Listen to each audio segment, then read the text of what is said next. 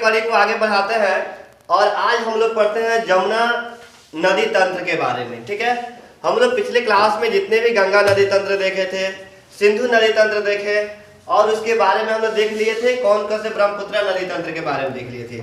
आज हम लोग देखेंगे जमुना नदी तंत्र के बारे में कि गंगा नदी तंत्र की यानी गंगा की एक सहायक नदी क्या थी जमुना थी। ठीक है, तो जमुना नदी तंत्र के बारे में हम लोग देखेंगे। ठीक है, तो आइए जमुना नदी तंत्र के बारे में देखें। सबसे पहले जमुना नदी तंत्र की बात करते हैं तो ये बंदरपुछ ग्लेशियर यहाँ पे क्या है जी, तो ये क्या है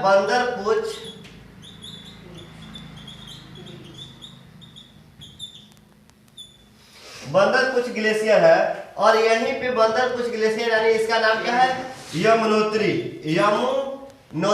यहाँ से इसकी क्या होती है उद्गम स्थान होता है और यह क्या होता है कि उद्गम स्थान होते हुए और यह कहाँ पे जाके मिलती है जी, तो गंगा नदी से प्रयाग में आके क्या होती है मिल जाती थी। ठीक है, तो गंगा नदी पे हम यहाँ पे देखेंगे तो प्रयागराज में आके मिलती थी। अब इसकी बात करें तो इसकी जो जमुना नदी की जो बात करें तो जमुना नदी की जो सहायक नदियां है तो इसकी बाह्य सहायक नदी दो है।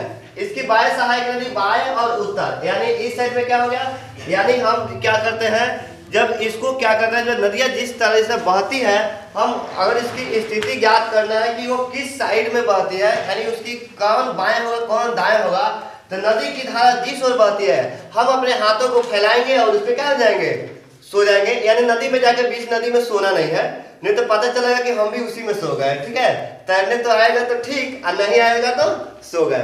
तो जब नदियां इससे चल रही है यानी बंदरपुर से निकली यमुनोत्री से निकलती है तो यहाँ से जब चलती है तो आपको पता है कि जब चलती है इस साइड में इसे हम अपने हाथों को फैला के रखते हैं तो ये हो गया भाग आपका क्या बाया, एक क्या भाग हो गया बाया और एक क्या भाग हो गया दाया। ठीक है, तो अब हम लोग देखते हैं कि बाया और दाया यानी इस जमुना नदी की जो बात करें तो इसमें दो नदियां हैं। आपको पिछले क्लास में भी पढ़ा गया है कि इसमें क्या होती है, एक नदियां इधर से आती है दो नदियां और एक नदियां इधर से आती है। और बाया और उत्तर की बात अगर करें तो बाया और उत्तर की बात करें तो दो नदियां आती है, दो सहायक नदी है बाया और उत्तर। पहला है टोंस नदी, पहला कौन सी नदी है टोंस। दूसरा क्या नदी था जी, एक था हिडन नदी, नाम सुने हैं ना जी, दूसरा क्या था हिडन नदी। पहला नदी क्या हो गया टोंस, दूसरा क्या हो गया हिडन नदी।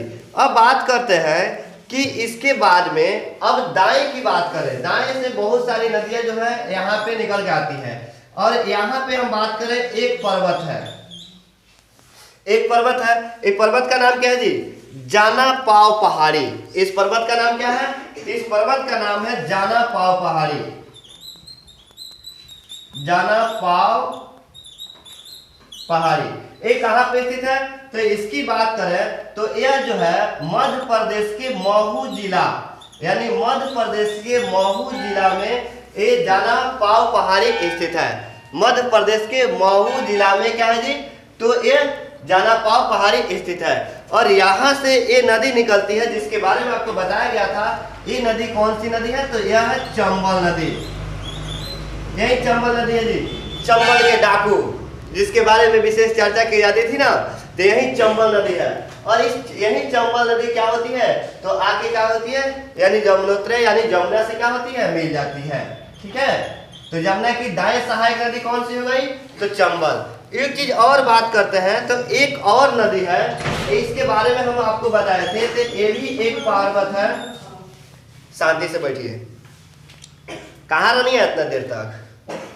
चलिए एक और नदी की बात करें तो ये है विंध्याचल पर्वत, विंध्याचल पर्वत, विंध्याचल पर्वत।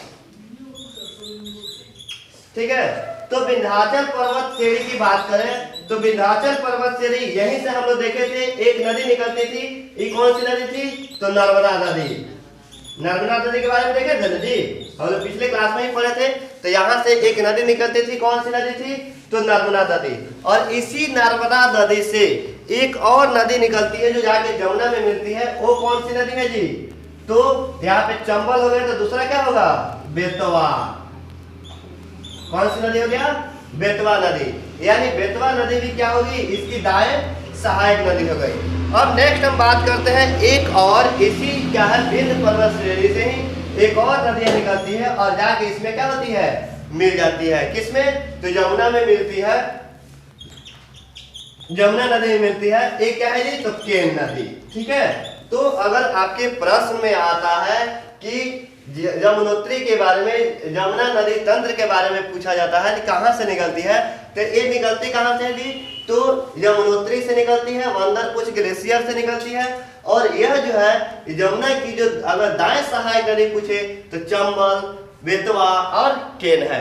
नेक्स्ट पूछता है अगर बाएं सहायक नदी तो टोंस और हिडन है। ठीक है, अब देखिए, अब इतना तो हम लोग देख लिए, लेकिन एक चीज और अब हम बात करते हैं अब इसके बारे में, चंबल के बारे में।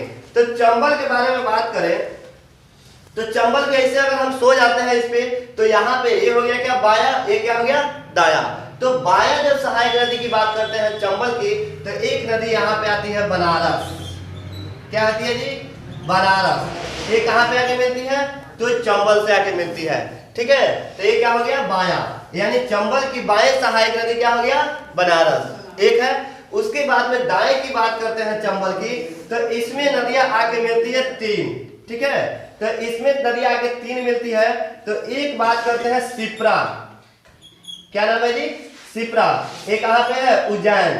उज्जैन का नाम सुने हैं ना जी, उज्जैन। और दूसरा एक आके मिलती है, ये है काली, काली सिंधी।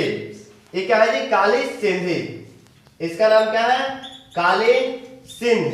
और तीसरा एक नदी है, ये क्या है, पार्वती। यानी देखिए, ये जो दाएं सहायक नदी के बारे में बात करता है, तो यानी यमुना के बारे में हम लोग देख लिए कि यहाँ पे बेतवा नदी है, यहाँ पे चंबल नदी, बेतवा नदी और केन नदी।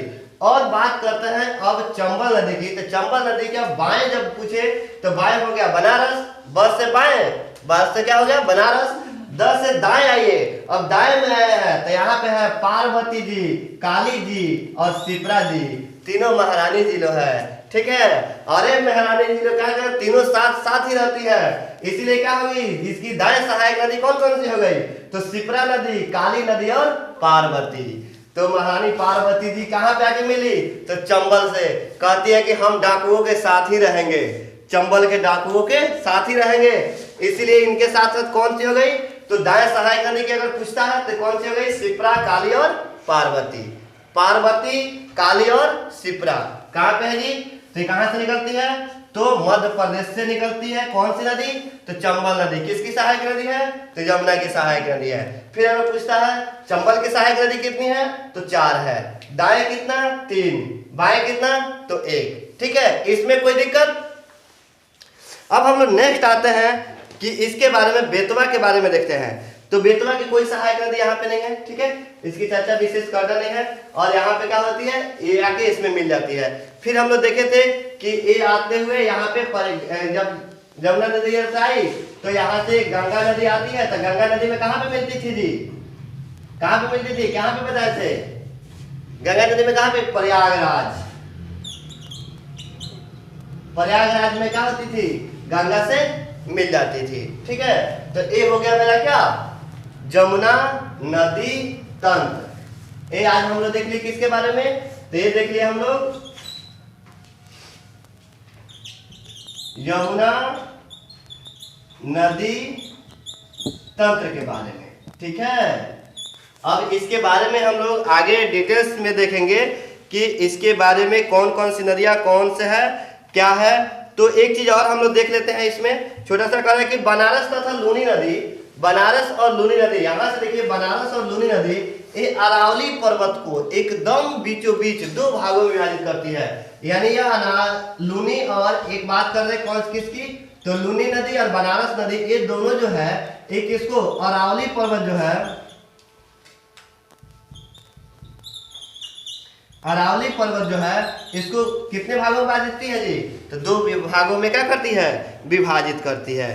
तो यहां से क्वेश्चन आपका क्या होते हैं, तो बनते हैं। एक चीज और क्या कहते हैं इसके बारे में और चीज देख लेते हैं।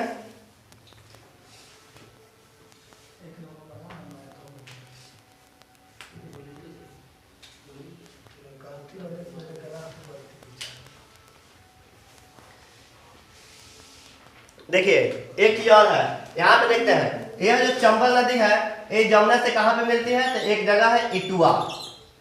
इटवा कहाँ पे है जी, तो उत्तर प्रदेश में है। ठीक है, उसके बाद में है आपको बात करता है बेतवा नदी की, तो ये है क्या, हमीरपुर। ये कहाँ पे है जी, तो हमीरपुर। और यहाँ पे बांदा, एक बांदा क्या है, जगह है, यहाँ पे क्या होती है, तो यहाँ पे एक केन नदी मिलती है। हमीरपुर में कौन सी, जमुना नदी, बेतवा नदी मिलती है। और इटवा में कौन सी मिलती है, चंबल नदी। तो यहाँ पे कोई दिक्कत है जी इसमें। अब आगे हम लोग फिर देखेंगे किसके बारे में, तो चंबल नदी तो देख लिए, अब इसके आगे हम लोग देखेंगे गोमती नदी के बारे में। ठीक है, तो गोमती नदी तंत्र के बारे में नेक्स्ट क्लास में देखेंगे। आज के लिए इतना ही, फिर मिलते हैं हम लोग नेक्स्ट वीडियो के साथ, तब तक के लिए धन्यवाद।